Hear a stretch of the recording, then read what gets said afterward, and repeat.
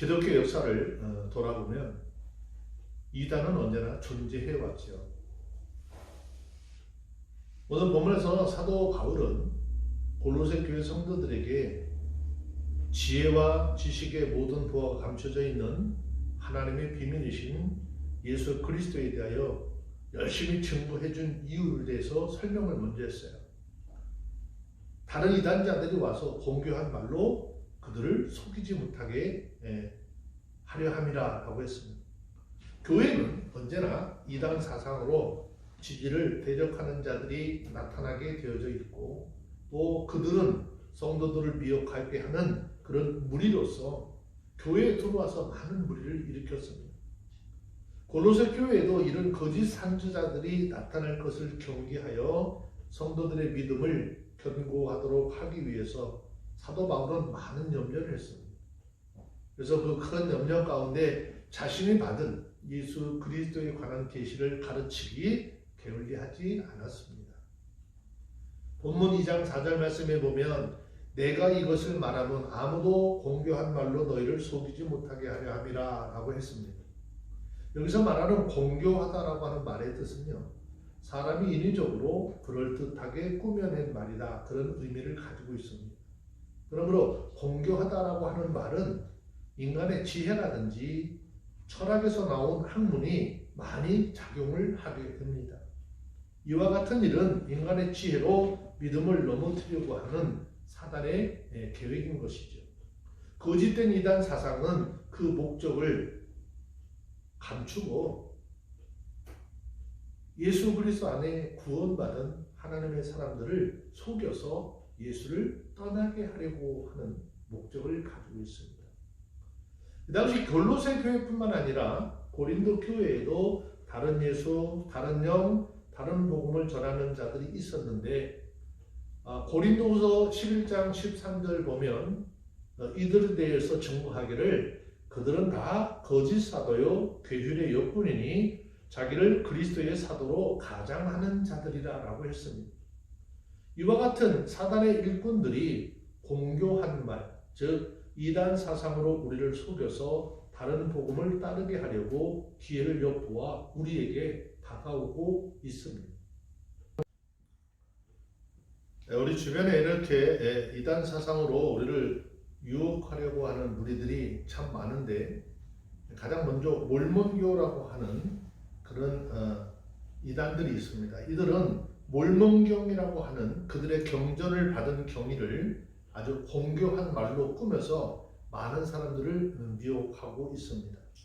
몰몬교는 또는 말을 성도 예수 그리스도 교회라고 하는 이름으로 사용하는데, 이 교회의 역사적 배경이 원래 조셉 스미스 2세라고 하는 사람으로부터 찾아볼 수 있어요.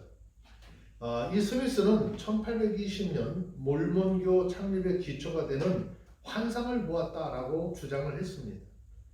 이 당시 나이가 15살인데 이 15살의 어린 스미스는 분열된 여러 교파 중 어느 교파가 옳은 것인지 의문을 품고 있었습니다.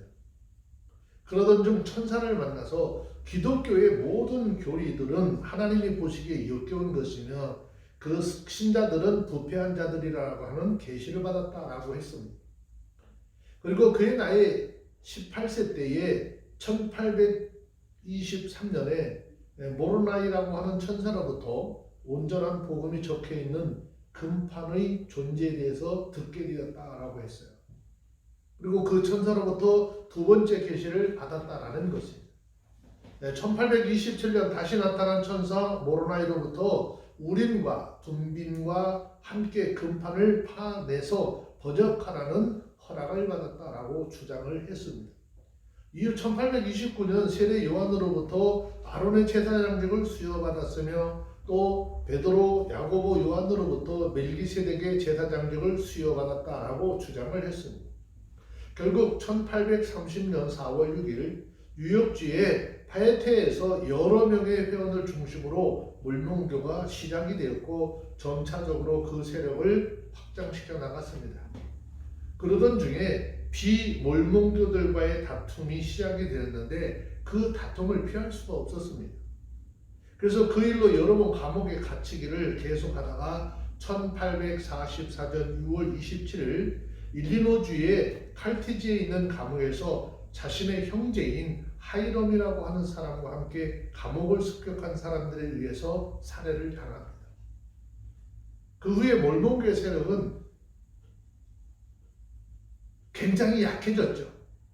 그래서 다시 세력들을 규합하고 확장을 시키게 됩니다. 그때 가장 큰 영향을 끼쳤던 지도자가 조셉 스미스의 계승자였던 브리검 영이라고 하는 사람이었습니다.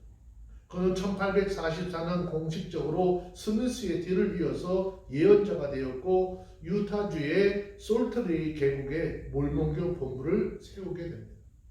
사람들이 그들을 몰몬교 경전을 읽으면 그 간교에 넘어가게 될 수밖에 없었습니다.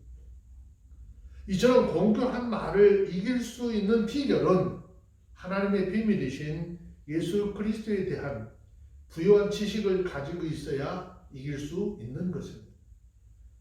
또 다른 하나의 경우를 들어본다면 가장 큰 이단 중에 하나가 통일교죠. 통일교는 원리강론이라고 하는 책을 만들었죠. 통일교 사람들이 쓰는 경전입니다. 통일교의 원리강론은 인간의 타락론으로부터 아주 잘못된 공교한 말로 꾸며져 있습니다.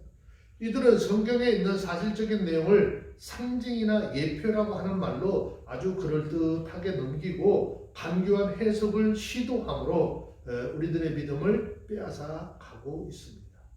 그들은 인간의 타락은 선악과를 먹은 것으로부터 시작된 것이 아니라라고 이야기합니다. 그것을 영적으로 해석을 해야 올바른 해답이 나온다라고 합니다. 그래서 선악을 알게 하는 나무의 실과를 따 먹은 이를 하와와 사단과의 간음 사건으로 해석을 했습니다.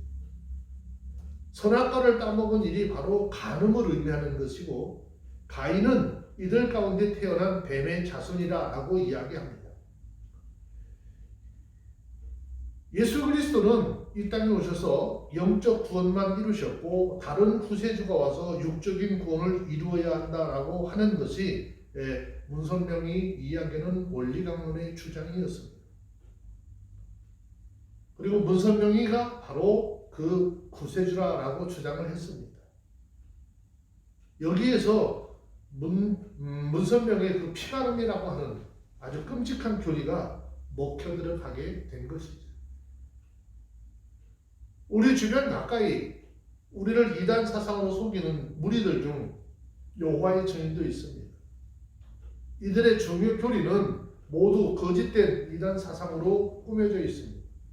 그들의 가장 중요한 임무는 예수 그리스도를 피조물로 깎아내리는 일인 것이죠. 이것은 진리를 대적하는 사단의 최대 작전인 것입니다. 이들은 하나님의 삼위일체를 부인할 뿐 아니라 예수님을 하나님으로 섬기면 하나님의 진노의 심판을 받을 것이라고 협박을 하기도 합니다. 그들은 파수대라고 하는 선전 매체를 통해서 거짓된 이단 사상으로 자신들의 교리를 주장을 합니다. 예수 그리스도를 하나님으로 믿고 섬기면 구원이 없다라고 주장을 하고 구원은 오직 여호와의 증인에게만 있다라고 이야기합니다. 그들은 예수 그리스도는 천사 중에 하나로 우리보다 약간 능력이 많은 분이라고 주장을 합니다. 예수 그리스도를 믿음으로 구원을 얻게 하시려는 성경적인 진리를 정면으로 부인하고 거짓말로 속이는 것이죠. 또 꽤 오래전에 들소리 신문이라고 하는 교계 신문과 어떤 출판사를 경영하는 통합 측에 속한 그 교회 장로가 있었는데 안식교에 대해서 이단이 아니라 아주 건실한 교단이고 진리를 파수하는 교단이라고 엉뚱한 주장을 함으로써 많은 사람들이 미혹을 당한 적도 있었습니다. 이것은 거짓된 이단 사상으로 많은 그리스도인들을 믿음에서 떠나게 하려는 것이죠. 또 대표적인 이단 중에 하나가 안식교가 있죠. 이 안식교의 주요 교리는 우리가 하나님 앞에 예배드리는 날로 유대인들이 율법적으로 지켜온 그 토요일을 안식일로 고집하고 있습니다. 우리가 지키는 주일에 대해서 주님이 부활하신 날이라고 하는 사실을 숨기고 다만 옛날 로마에서 태양신을 섬겼던 날이었기 때문에 그 날을 주일로 섬기는 것은 비성경적이고 구원이 없다라고 주장을 하고 있습니다. 이들은 율법적인 안식일을 거듭함으로 그리스도인들로 예수 그리스도의 십자가의 공로로 구원받은 사실을 잊어버리게 하고 율법적인 구원을 믿게 만드는 것이죠.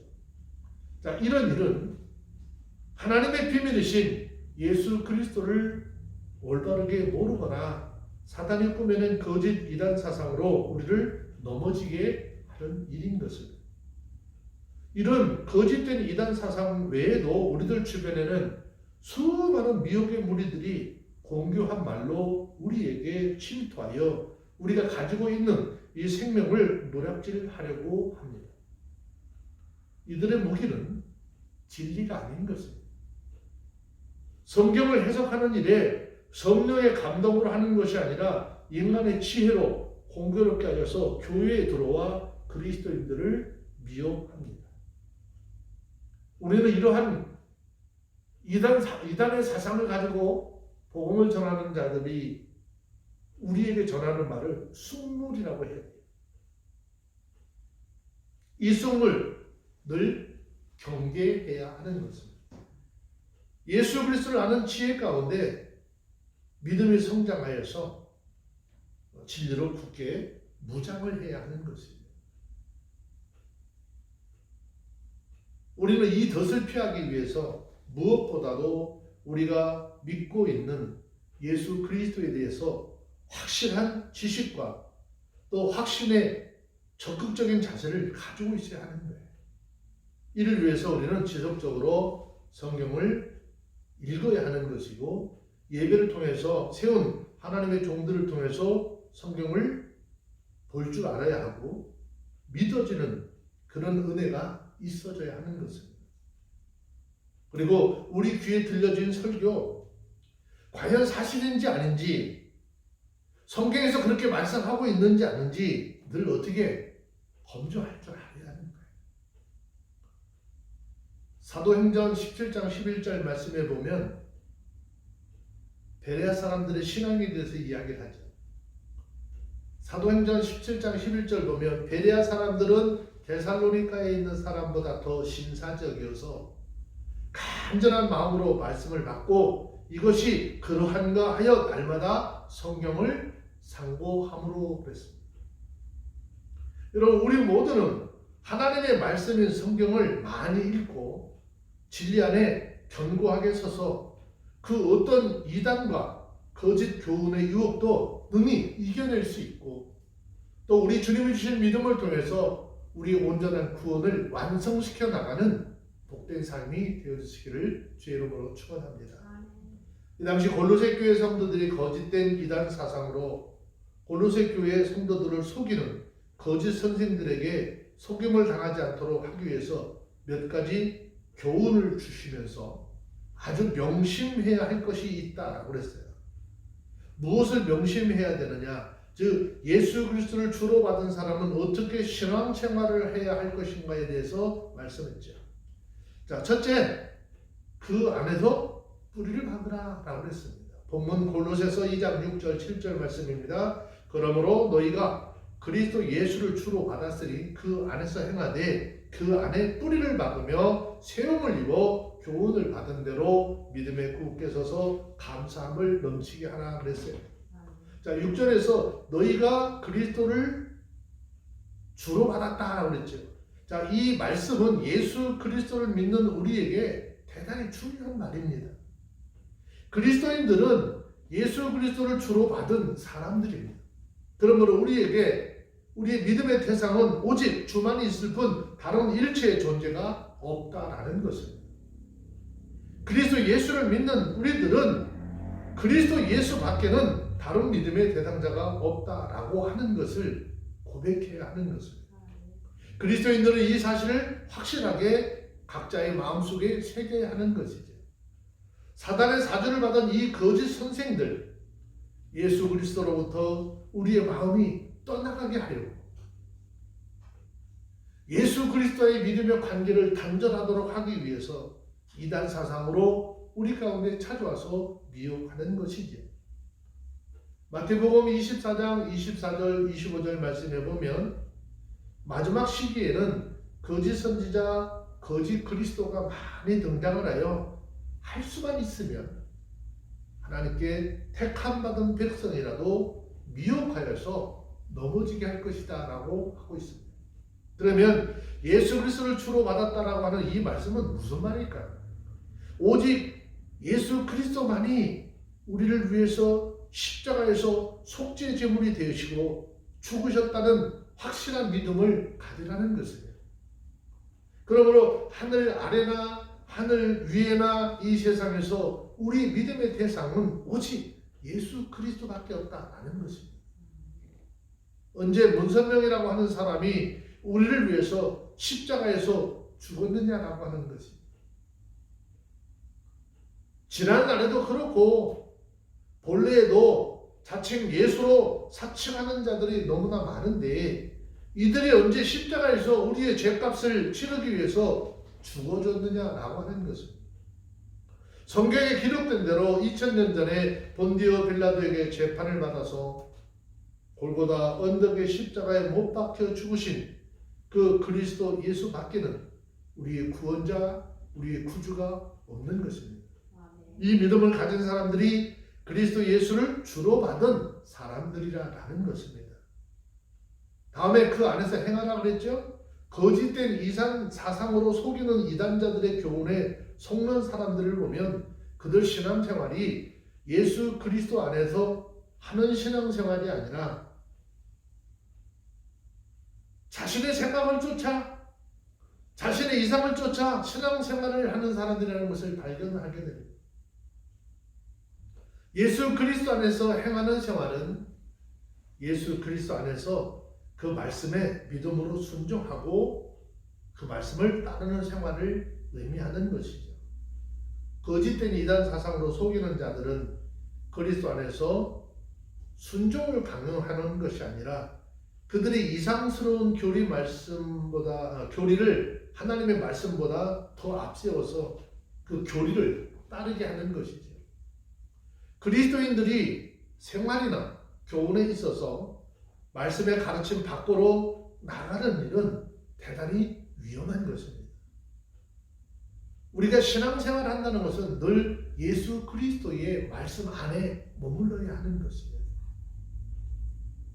자, 그 다음에 골로새서 2장 7절 말씀에 보면 그리스도 안에서 뿌리를 박으며 세움을 입으라 그랬습니다. 우리들의 믿음의 뿌리는 온전히 예수 그리스도 안에 있어야 된다라는 것입니다. 뿌리를 통해서 양분을 공급받고 이제 싹이 나오고 나중에 결실을 얻게 되는 것이죠.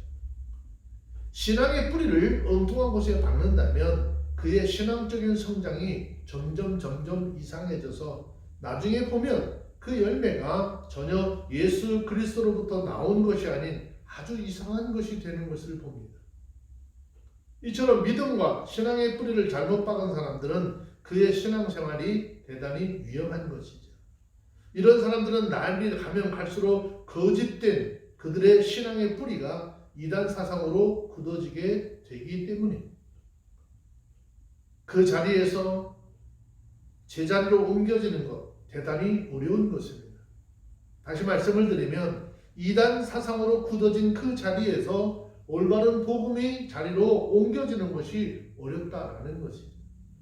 처음에는 별것 아닌 줄 알고 몇 번 잘못된 집회에 참석하던 그 삶이 그곳에 뿌리를 내려버리면 돌이킬 수 없는 이단자의 마음으로 굳혀지는 것이죠. 뿌리를 잘못된 곳에 내리고 그 뿌리로부터 영생을 바라고 천국을 소망한다면 이와 같은 일은 콩을 뿌리고 팥을 거두려고 하는 헛된 일이라는 것을 깨달아야 합니다. 뿌리를 박는다라고 하는 말은 믿음의 대상과 생명적인 연합관계를 맺는 것을 의미합니다. 예수 그리스도를 구주로 받은 사람들은 주님과만 생명적인 연합의 관계를 맺어야 하는 것이지 주님 이외에 다른 것과 생명의 관계를 맺을 수 없는 것입니다. 두 번째, 교훈을 받은 대로 믿음에 굳게 서라라고 했습니다. 사도 바울은 골로새 교회 성도들에게 자기가 그들에게 말씀을 가르치는 대로 믿음에 굳게 설 것을 당부하고 있는데, 여기에서 굳게 서라라고 하는 이 말은 누가 와서 등을 떠밀어도 넘어지지 말라, 그런 뜻입니다. 마귀는 그의 일꾼들을 보내서 가끔 우리에게 다가와서 슬쩍 건드려 보는 것이죠. 이때 우리는 교훈을 받은 대로 그대로 믿음에 굳게 서서 그 유혹의 손길을 물리쳐야 하는 것입니다. 이때 조금이라도 흔들리면 계속 잡아 흔들어서 예수로부터 받은 교훈에서 우리를 끌어내려서 진실한 믿음에서 떠나게 만들어버리고 합니다. 교훈을 받은 대로 믿음에 굳게 서라라고 하는 이 말은 바울이 받은 계시로 골로새 교회 성도들에게 가르친 대로 그 믿음을 저버리지 말라라는 것입니다. 여러분, 이 계시는 이 시대를 살아가는 우리에게 성경으로 주어졌습니다. 예수 그리스도를 주로 믿는 순결한 믿음은 복음인 것입니다. 거짓된 이단 사상에 속아 잘못된 곳에 서면 예수 그리스도를 믿는 믿음에서 떨어지게 되는 것이죠. 그래서 우리는 말씀의 가르침 속에 분명히 우리의 신앙의 자리를 세워야 하는 것입니다. 마지막으로 감사함을 넘치게 하라 그랬어요. 왜 이 말씀을 하고 있을까? 거짓된 이단 사상으로 속이는 자들의 특색은 그들의 신앙에는 주님께 대한 진정한 감사 생활이 없다라는 것입니다. 거짓된 믿음에는 감사가 나올 수 없습니다. 우리들은 왜 주님 앞에 감사해야 하고 어떻게 감사가 넘치도록 해야 하는 것인가? 우리가 감사함을 넘치게 할 수 있는 이유는 우리가 받은 구원의 은혜 때문인 것입니다. 그것은 곧 우리들이 많은 죄를 용서하셨고 우리에게 의롭다 하시면서 영원한 생명과 하나님의 자녀의 됨과 천국 백성의 특권을 단번에 은혜로 주셨기 때문이지. 그러므로 이 하나님의 크신 구원을 깨달는 자마다 날마다 감사가 넘쳐나야 되는 것입니다. 우리 모두는 이 하나님의 은혜를 깨닫고 그리스도 안에서 뿌리를 받고 믿음으로 굳게 서서 감사가 넘치는 그런 삶을 사는 우리 모두가 되어주시기를 축원합니다. 특히 골로새서 2장 5절 보면 이는 내가 육신으로 떠나 있으나 심령으로 너희와 함께 있어 너희의 규모와 그리스도를 믿는 너희 믿음을 굳은 것을 기쁘게 봄이라 그랬습니다. 여기서 말하는 규모라고 하는 말은 질서 또는 질서 있는 행위라 그런 의미죠. 자, 그러므로 이것은 하나님의 말씀의 교훈대로 순종하며 질서를 지키는 것을 말합니다. 즉 그것은 신앙 훈련이 말씀 안에서 잘 되었다라는 것입니다. 또 믿음에 굳은 것이라고 하는 것은 예수 그리스도를 의심하거나 생각이 요동하지 아니하고 예수님을 확고부동하게 확실하게 믿는 것을 말합니다. 이것은 신구약 66권의 성경의 말씀을 통해서 이루어집니다. 바울 사도는 골로새 교회 교인들이 잘 훈련된 신앙생활을 하고 그들의 믿음이 확고부동하게 확실한 것을 보고 기뻐했다라고 했듯이 우리들은 예수를 믿는 믿음이 흔들림 없이 확실할 때 우리를 바라보시는 주님이 또한 이와 같이 기뻐하실 줄로 믿습니다. 그러므로 우리들은 주님께 기쁨이 되는 신실한 신앙을 소유해야 하는 것입니다. 마지막 때가 가까울수록 사단은 우는 사자와 같이 산길차를 찾아다니고 있다라고 했고 할 수만 있으면 믿는 자들까지도 실족시키려 하고 있다라고 했습니다.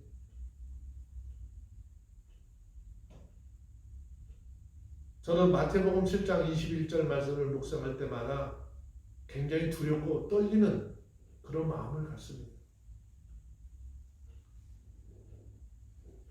정말 내가 온전히 주님 앞에 온전한 신앙, 온전한 믿음, 온전히 말씀 속에서 주님의 뜻을 이해하고 그것을 잘 가르치고 있는가?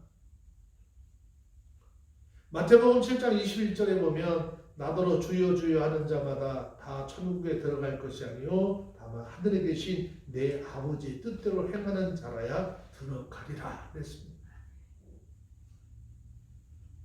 사람의 생각대로 예수를 믿는 것이 아니라 성경에 기록한 하나님의 말씀을 따라 신앙생활하고 그 말씀을 쫓아 삶을 살아갈 때 우리 하나님이 우리의 신앙, 우리의 믿음을 인정하시겠다라는 것이죠. 그러므로 우리 모두 성령의 지혜와 지식으로 충만하여 진리에 굳게 서서 어떠한 경우라도 흔들리지 않는 신앙생활을 하는 우리 모두가 되어주시기를 주의 이름으로 축원합니다. 기도하겠습니다.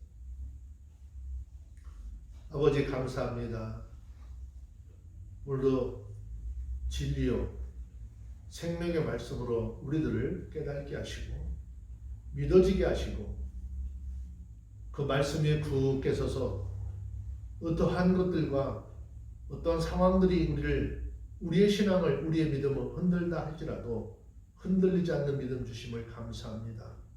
더 귀한 믿음의 역사를 이룰 수 있도록 도와주시고 주님을 향한 믿음이 어떠한 경우라도 흔들리지 않는 굳건한 믿음의 소유자들이 다 되게 하여 주옵소서. 우리 주 예수 그리스도의 이름으로 기도합니다. 아멘.